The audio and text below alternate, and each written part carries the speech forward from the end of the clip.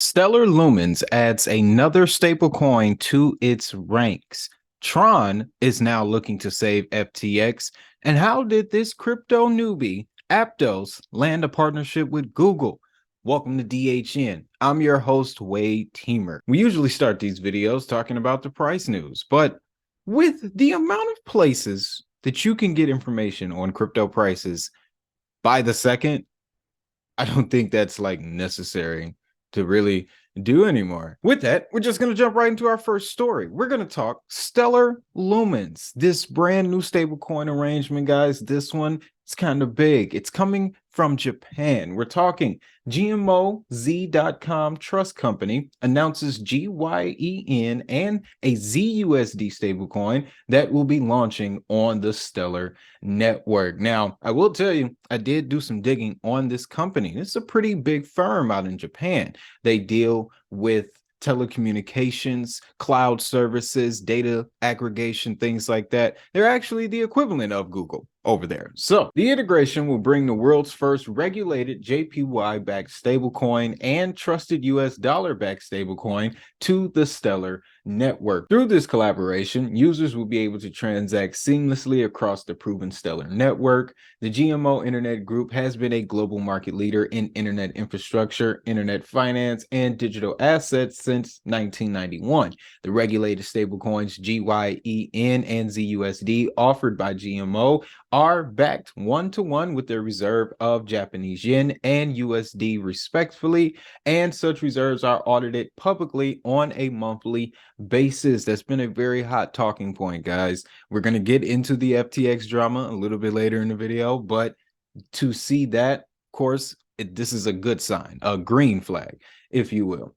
But they also mentioned that GMO Trust will be offering a no-cost swap between Ethereum and Stellar versions of the stablecoins, allowing for the seamless movement of those assets between the two chains. Customers from dApps to exchanges to payment firms will be able to leverage GMO's Trust API to quickly and securely integrate Stellar-based stablecoins into their platform. So we have a number of stablecoin arrangements coming from Stellar in the last couple of months. And I'll say it every time stablecoins are the subject of discussion around here. We know those global stablecoin arrangements are at the top of the agenda right now when it comes to the FSB and the G20. That's very important, guys, because again, my theory is once these faster payment systems begin to kick online, it's going to be arrangements like this that will really see the value really steam up from that. Okay, well, that's when we'll start to even see price activity because we're going to have increased blockchain activity because these applications will be running. So very good news for Stellar. Great place to start this video. Now, I want to get this Aptos situation out of the way because this is a fairly new project and it's making a lot of noise very quickly. Something that I've always thought was a bit of a, red flag in the crypto space. As fast as things move, I like to take a slow but steady approach. Counterintuitive, but hey, you don't miss anything that way. Now, Aptos and Google Cloud unveil partnership and a plan for an accelerator program. Layer 1 blockchain startup Aptos has partnered with Google Cloud in a move that will see the search giant power some of its validator needs.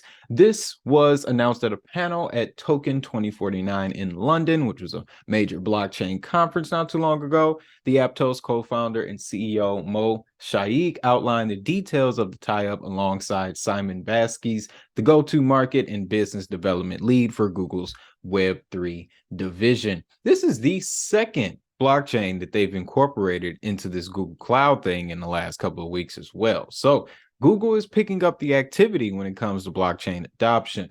Google Cloud will validate nodes and participate on the Aptos mainnet. The Aptos blockchain will also be indexed and made available on Google Cloud's BigQuery service. So the big giants, the big tech giants, I'm noticing a pattern here, folks. Amazon just did this not too long ago with Veracity and VeChain. Now, in the last few weeks, Google has done the exact same thing with the Flare network and now Aptos, and there is a list of other blockchains that Google and Amazon have already incorporated into their cloud services. With that, I see that a major application is going to come from that. That's what I'm thinking. So we got to keep our eyes out for that. And I didn't do a lot of digging. I just went over to CoinMarketCap because they give you pretty decent information right here on this page. Like this, for example, in March of 2022, Aptos raised $200 million in a seed round from Andreessen Horowitz, A16, Tiger Global, Multicoin Capital, and the most popular man in crypto right now, Mr. Sam Bankman himself. And they also got a little money from Binance Labs as well. The funding behind this project is, it raises questions. I'm not going to go ahead and tell you to buy it or FOMO into it, but any blockchain that Google or Amazon associates themselves with, I pay attention to. And I think you should do the same because their entrance into this space, being the massive tech entity that they are, that's a good thing. Okay. It's a good thing to see in the midst of all the chaos that we have right now. Real quick, the founders, they have the Meta Facebook background. They worked on the Diem project that was really popular in 2021. And apparently Aptos is kicking out over 150,000 transactions per second. So again, I'm not going to make a final decision on it. It's just something I wanted to, make you guys aware of. Google's movements in the blockchain space are always something to talk about. But let's get to this FTX drama, guys. It's a whole lot.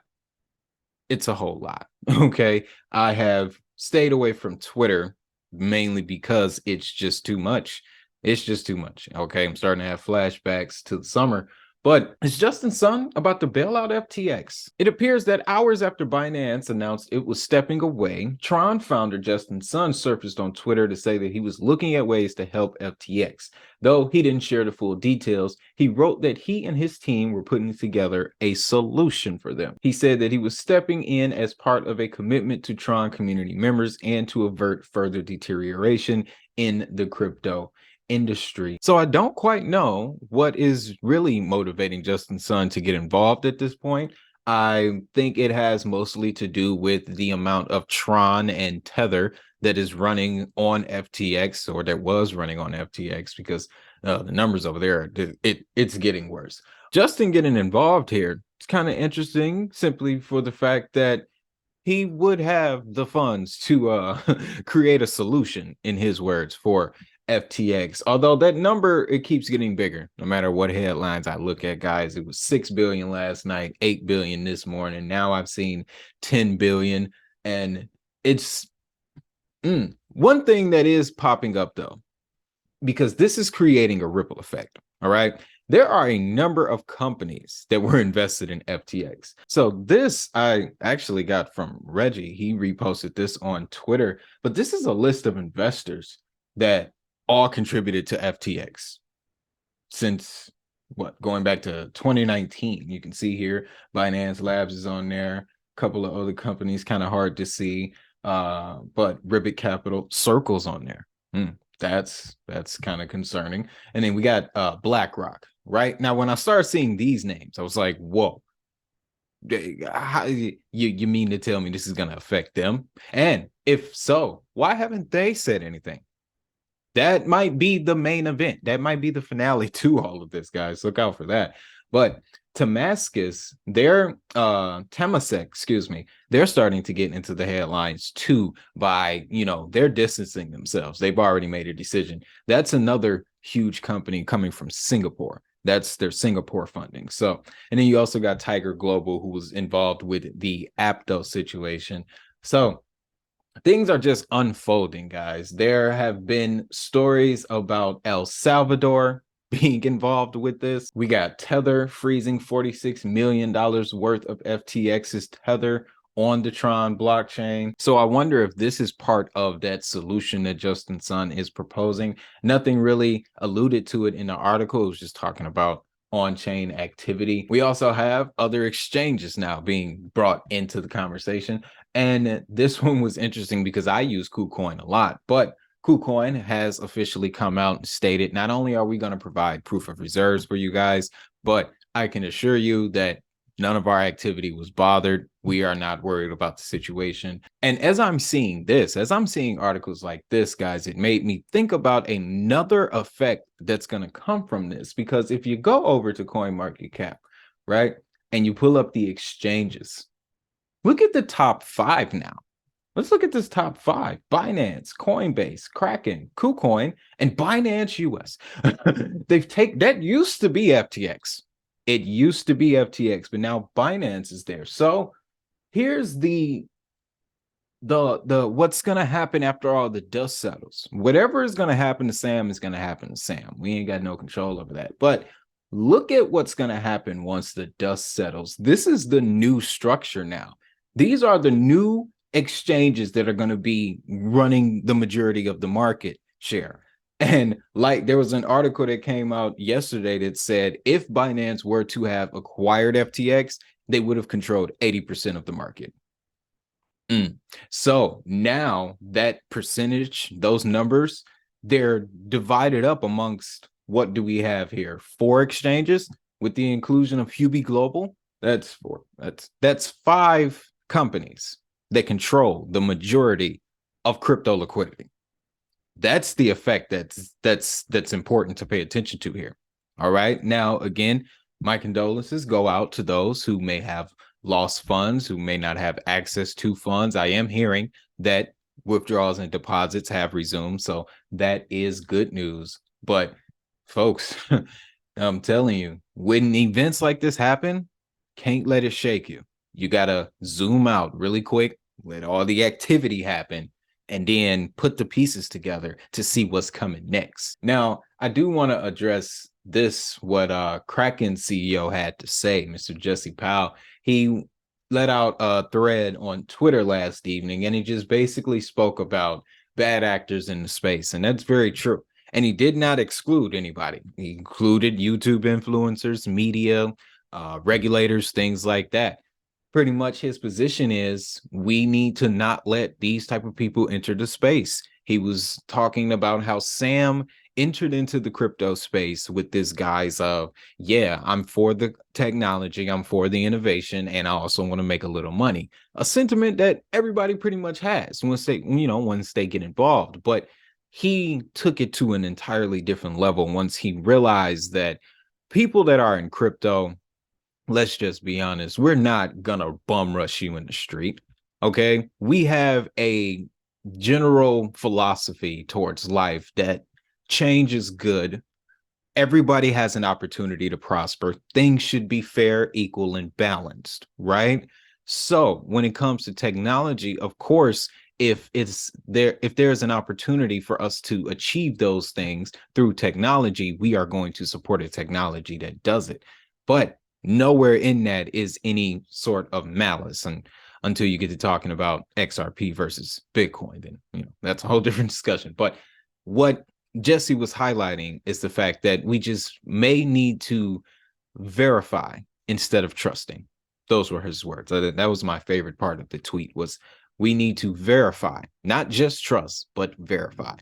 Verify some of the people that we look at in this space. And that's very true. The crypto industry has only been around for about 15 years max. Okay. So still very young. That means that the people that are coming into the space are even younger than that. So sit on that for a second. Now, if you're wondering about me, since I'm making this whole spiel, this whole speech, look, I'm just a guy kicking out crypto news from his office at home. So yeah. There's nothing else to hide about that. I'm a father. I got 2 children, recently married, and I'm trying to run an online business successfully. In doing so, I have the opportunity to educate people about an innovative technology that may very well save a couple. So that's what I'm here for. All right. Yeah, make money at it, but it's at some point it doesn't have to be about money. And I'm closer to that point. So With all that, if you found value in this video, of course, you know what to do. Hit the like, subscribe, ring the notification bell. Don't forget about your DHN Crypto Journal for 2023. Link to that will always be down in the description. And if you're curious how Diamond Hustle members get access to exclusive crypto content you won't find anywhere else on YouTube, just click the join button under this video to learn more. And to all my digital hustlers worldwide, have a great day, have a prosperous day, and most importantly, if that money is digital, so is the hustle. I'll see y'all in the next video.